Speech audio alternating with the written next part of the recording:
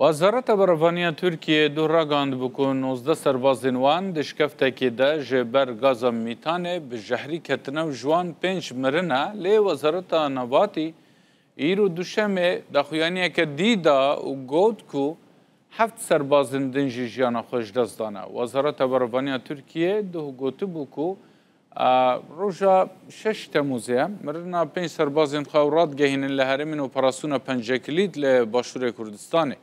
لبوری وزارت برفانیا ترکیه 19 سربازین وان لحرم کردستان دشکفته که دا جبر گازا میتان به جهری کتنه و جوان 5 سرباز مرنه.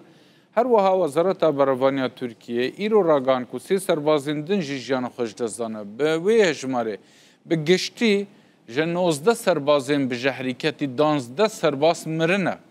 لگوری داخویانی هان شکفت که هاته بو پاقش کرن بری وکه نخوشخانه اک ده هاته بکارانین.